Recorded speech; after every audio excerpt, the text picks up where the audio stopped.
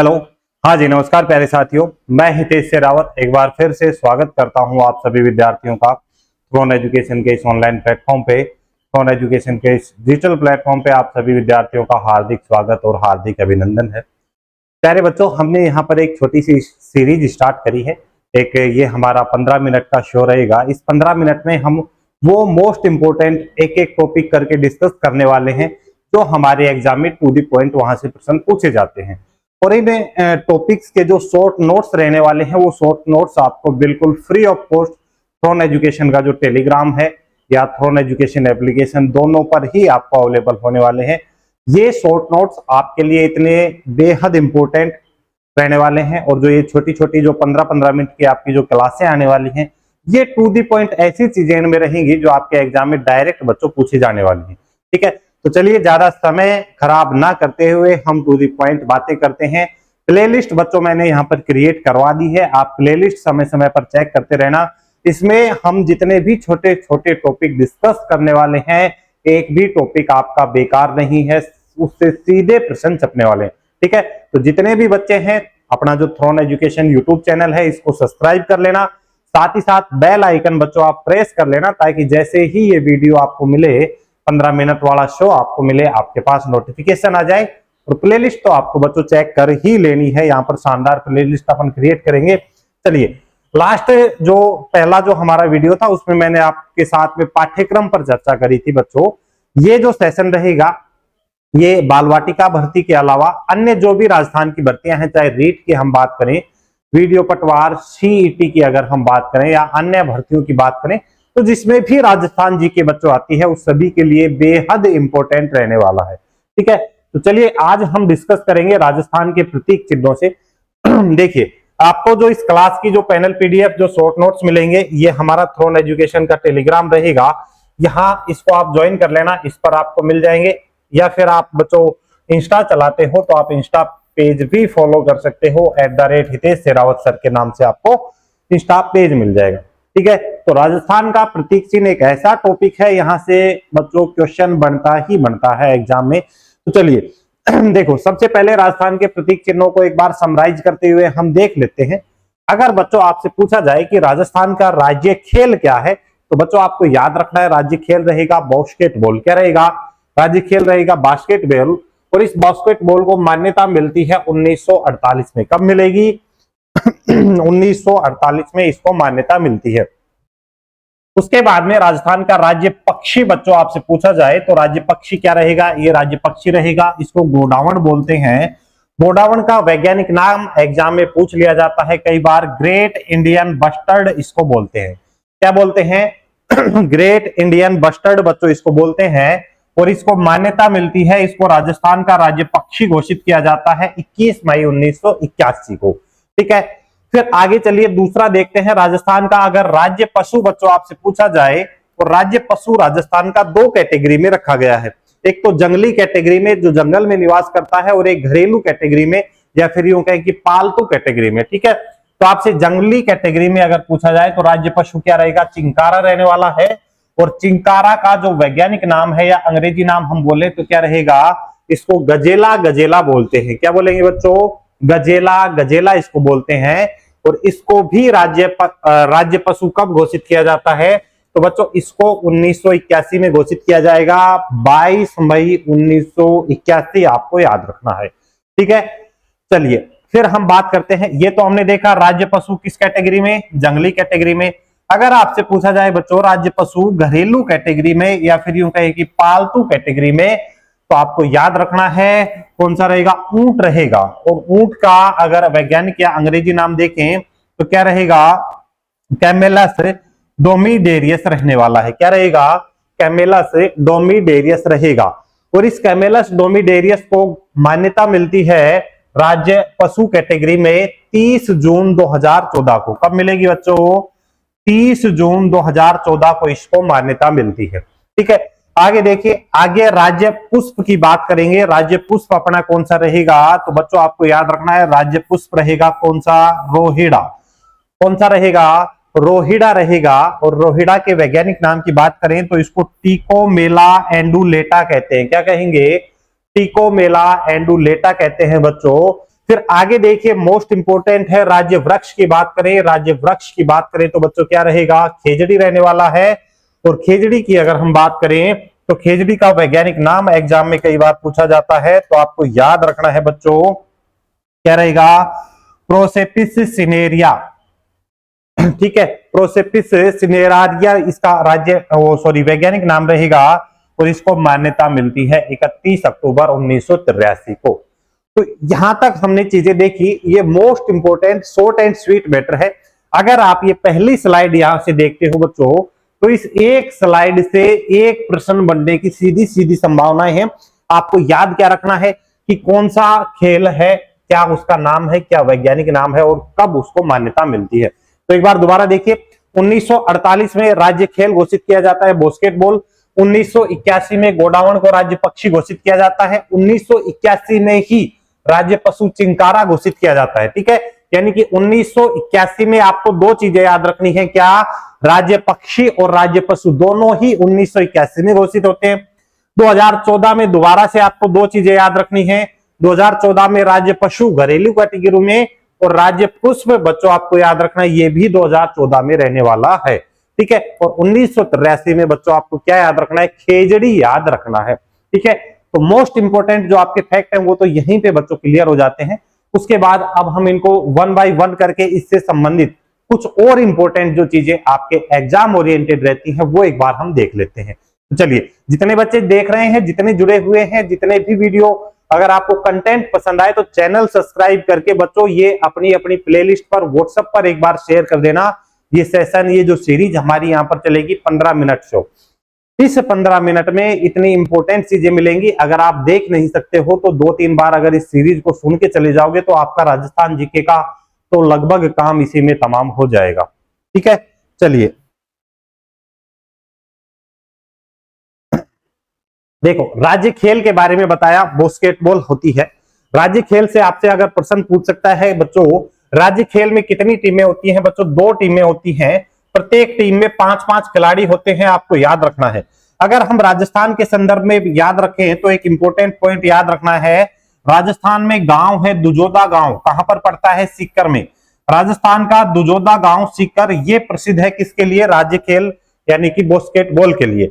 एक और important point आपको याद रखना है प्यारे बच्चों, कि लड़कों के लिए बास्केटबॉल अकादमी अगर आप पूछी जाए तो हमारे जैसलमेर में रहेगी, और लड़कियों के लिए बास्केटबॉल अकादमी अगर आपसे पूछ ली जाए प्यारे बच्चों तो आपको जयपुर याद रखना है। ठीक है, तो याद रखने के पॉइंट क्या है, 5-5 खिलाड़ी होते हैं, 2 टीमें होती हैं।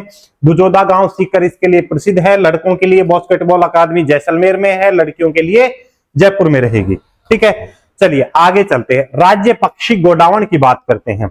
राज्य पक्षी गोडावण की बच्चों अगर बात करें तो राज्य पक्षी गोडावण की हम बात करें तो इसको भारतीय वन्य जीव संरक्षण अधिनियम 1972 की अनुसूची 1 के अंतर्गत रखा गया है, और ये IUCN की संकटग्रस्त प्रजातियों की रेड डाटा बुक में शामिल हो चुका है।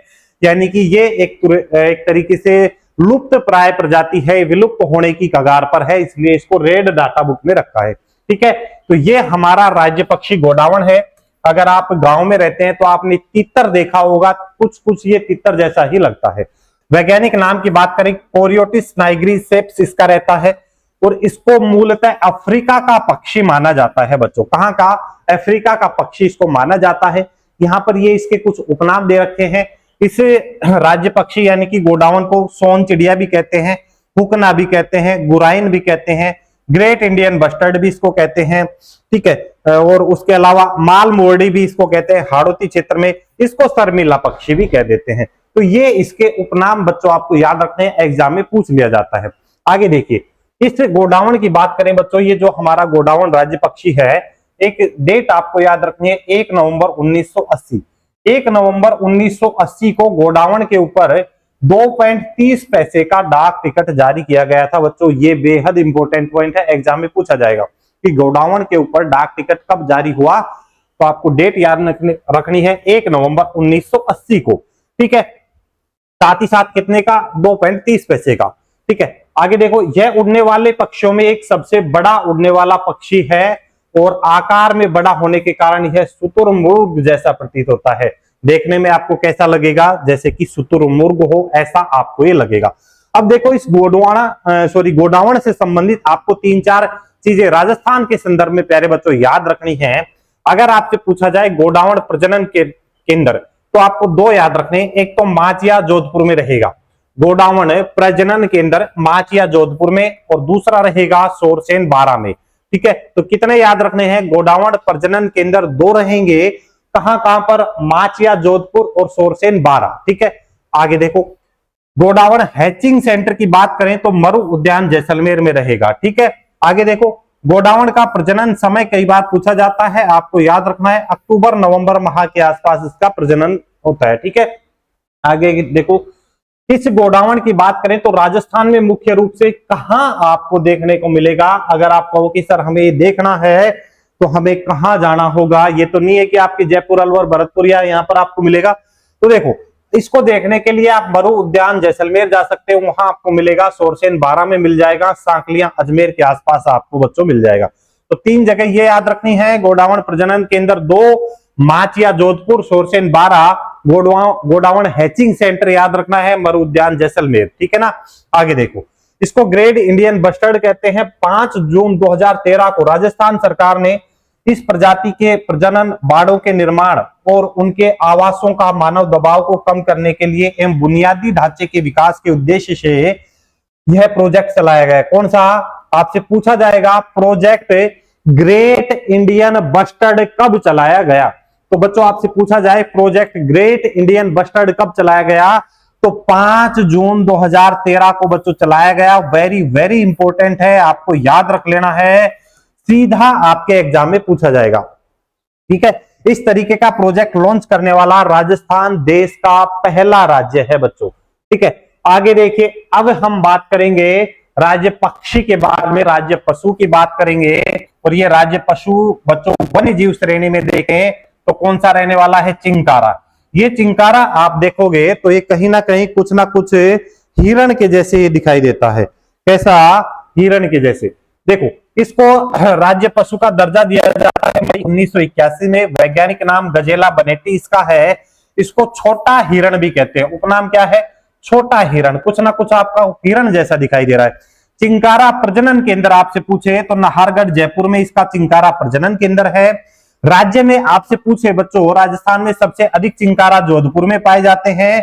और इसका हम बात करें जब हम अलग अलग डिस्ट्रिक्ट वाइज शुभंकर देखते हैं तो ये शुभंकर की बात करें तो ये किसका? गंगानगर जिले का शुभंकर है। ठीक है, गंगानगर का शुभंकर क्या रहेगा? चिंकारा रहेगा। आगे देखिए चिंकारा के बाद में राज्य पशु की बात करें, पशुधन श्रेणी में राज्य पशु कौन सा होगा? ऊंट। ठीक है, कौन सा हो जाएगा बच्चों? ऊंट हो जाएगा।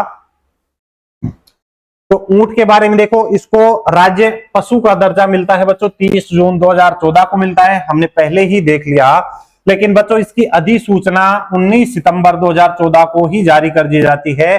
बच्चे इन दोनों डेट में कंफ्यूज हो जाते हैं। एक तो इसको दर्जा मिल जाता है 30 जून 2014 को ठीक है, और अधिसूचना जारी की जाती है 19 सितंबर 2014 को। आगे देखो वैज्ञानिक नाम की बात करें तो इसको कैमेलस ड्राइमीडेरियस कहते हैं। ठीक है, वैज्ञानिक नाम आपको याद रखना है। ऊंट को रेगिस्तान का जहाज कहते हैं। आप सभी बच्चे जानते हैं रेगिस्तान का जहाज। ऊंटों के देवता पाबूजी को ऊंटों के देवता के रूप में पूजा जाता है, ये भी आप जानते हैं। ऊंट पालक जाति राई का रेबारी कहा जाता है। जो ऊंट पालक जाति पालक जाति है उसको क्या कहते हैं? राई का या रेबारी, या फिर यूं कहीं कि राई का रेबारी किसका पालन करती है? मुख्य रूप से ऊंट पालन करती है। ठीक है, सर्वाधिक ऊंट आपसे बच्चों पूछे तो राजस्थान में कहां पर मिलेंगे? जैसलमेर में मिलेंगे। न्यूनतम ऊंट आपसे पूछ लिए जाए तो प्रतापगढ़ में देखने को मिलेंगे। ठीक है, यहां तक चीजें याद रखनी है। मोस्ट इंपोर्टेंट फैक्ट है, आपके एग्जाम में बच्चे सीधे देखने को मिलने वाले हैं आपको। आगे देखो प्रतिवर्ष जनवरी में बीकानेर में ऊंट महोत्सव का आयोजन किया जाता है। ऊंट महोत्सव का आयोजन कब होगा? जनवरी में। कहां होगा? बीकानेर में होगा। आगे देखो ऊंटों का मेला पुष्कर मेला लगता है कार्तिक पूर्णिमा को। ऊंटों का मेला पुष्कर में लगता है बच्चे कब? कार्तिक पूर्णिमा आपको याद रखनी है।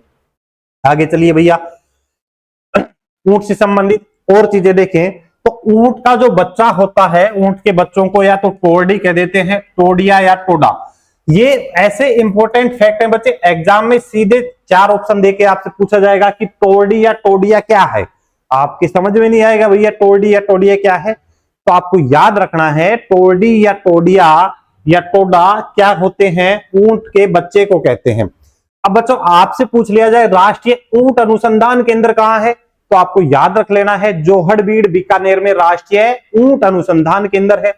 राज्य में कैमल मिल्क डेयरी की बात करें कि ऊंट के दूध की डेयरी आपसे पूछे तो ये भी बीकानेर में रहेगी। ऊंट में होने वाला रोग आपसे पूछे इसको सर्रा रोग या इसको क्या बोलते हैं, त्रिभाषा रोग बोलते हैं। ऊंटों के गले के आभूषण को, जो ऊंट के गले में जो आभूषण बना हुआ है इसको क्या बोलते हैं बच्चों, गोरबंद। ये गोरबंद भी बार बार एग्जाम में पूछा जाता है। ऊंट के गले में बंधा जो आभूषण है उसको क्या बोलते हैं, गोरबंद कहते हैं। ऊंट के नाक में डाले जाने वाला लकड़ी का बना आभूषण ये कुछ इस तरीके का रहता है, ये इधर नाक में डलता है, इसको क्या बोलते हैं, ग्रीबाण कहलाता है। ये क्या कहलाएगा, ग्रीबाण कहलाएगा। ऊंट की चमड़ी पर की जाने वाली कला क्या कहलाएगी, उस्ता कला कहलाएगी। ये देखो ये छोटे छोटे ये जो डिजाइन देख रहे हो ना, ये क्या कहलाती है, उस्ता कला कहलाती है। आगे देखो, प्रथम विश्व युद्ध में बीकानेर के महाराजा गंगा सिंह ने गंगा रिसाला नाम से ऊंटों की सेना भेजी थी। गंगा रिसाला नाम से ऊंटों की सेना भेजी गई थी प्रथम विश्व युद्ध में, किसके द्वारा, बीकानेर के महाराजा गंगा सिंह के द्वारा। ये भी इंपॉर्टेंट पॉइंट है। तो सारे मोस्ट इंपोर्टेंट है, सारे एग्जाम ओरिएंटेड है, एग्जाम में छपने वाले हैं। आगे देखो बच्चों, ये फूल देख रहे हो, एक कौन सा फूल है, ये रोहिड़ा है। कौन सा है, रोहिड़ा। ये क्या है, हमारे राजस्थान का राज्य पुष्प है, इसको रोहिड़ा बोलते हैं बच्चों। तो देखिए रोहिड़ा की बात करें, 31 अक्टूबर 1983 को रोहिड़ा को राज्य पुष्प का दर्जा दिया गया। वैज्ञानिक नाम टिकोमेला एंडुलेटा इसको कहते हैं। पश्चिमी राजस्थान में सर्वाधिक पाया जाता है। इसमें फूल खिलने का समय चैत्र माह, मार्च अप्रैल के आसपास होता है। इसके उपनाम जरूर से याद रखना, वेरी इंपॉर्टेंट है। मरुस्थल का सागवान इसको कहते हैं, मारवाड़ टीक कहते हैं, और राजस्थान की मरु शोभा कहते हैं। ये जो है ये रोहिड़ा का पेड़ होता है, इस तरीके से बड़ा पेड़ होता है और ये इसमें फूल लगते हैं। आगे देखो, राज्य वृक्ष की बात करें, खेजड़ी आप सभी जानते हैं। 31 अक्टूबर 1983 को इसको मान्यता मिलती है। प्रोसेपिस सिनेरिया इसका नाम रहता है। राजस्थान में सर्वाधिक खेजड़ी वृक्ष आपसे पूछे बच्चों, आपको याद रखना है नागौर में पाए जाएंगे। खेजड़ी के सर्वाधिक वृक्ष शेखावटी क्षेत्र पूछे तो शेखावटी क्षेत्र, और स्पेशल जिला पूछे तो नागौर जिला आपको याद रख लेना है। ठीक है, आपसे पूछे त्रिकोटि समारोह का संबंध किससे है, तो आपको याद रखना है त्रिकोटि समारोह का संबंध खेजड़ी वृक्ष से है। इसके खेजड़ी के फूल को मिंझर तथा हरी फली को सांगरी कहते हैं, ये भी याद रख लेना। मिंझर क्या रहेगा, खेजड़ी के फूल को मिंझर और इसकी फली को सांगरी कहते हैं। पत्तियों को लूंग या लूम कहा जाता है। ठीक है, विजयादशमी दशहरे के दिन खेजड़ी वृक्ष की पूजा की जाती है, ये आपको याद रखना है। खेजड़ी को सर्वाधिक नुकसान पहुंचाने वाला कवक आपको याद रखना है सेलेस्टेमा बीटल, और कौन सा, ग्लाइकोट्रोमा कवक रहता है। ठीक है, इसके उपनाम याद रख लेना, इसको राजस्थान का कल्प वृक्ष कहते हैं, राजस्थान का गौरव कहते हैं, थार का कल्प वृक्ष, जाटी भी कहते हैं, सीमलो भी कहते हैं, टेमे भी कहते हैं तमिल भाषा में, राजस्थान का रेगिस्तान का गौरव, मरुस्थल का सुनहरा वृक्ष। ठीक है, छोकड़ा शमी, ये सारे क्या है बच्चों, इसके उपनाम है जो आपको याद रखने हैं। हो गया। राज्य गीत आपसे पूछे केसरिया बालम, राज्य गीत कौन सा रहेगा, केसरिया बालम। इसमें आपको 2-3 पॉइंट याद रखने हैं। यह मांड गायन शैली का गीत है, रजवाड़ी गीत है, और इस गीत को पहली बार उदयपुर की मांगी बाई द्वारा गाया गया था। ठीक है, किसको द्वारा गाया गया, पहली बार मांगी बाई ने गाया था, और बीकानेर की अल्लाह जिलाबाई इससे सर्वाधिक, अल्लाह जिलाबाई ने इसे सर्वाधिक गाया। ठीक है, ये बातें आपको याद रखनी है, किससे संबंधित है, गीत से संबंधित। शास्त्रीय नृत्य बात करें तो कथक हो जाएगा। राजस्थान का शास्त्रीय नृत्य बच्चों कौन सा है, कथक। इस तरीके का जो नृत्य करते हैं वो कौन सा नृत्य रहता है, कथक है।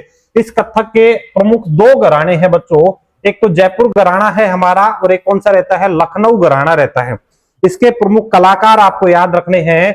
इसके जनक की बात करें तो भानुजी महाराज आपको याद रखने, कौन रहेंगे, भानुजी महाराज इसके जनक हैं। वाद्य यंत्र आपको बच्चों इस तरीके से याद रखने हैं।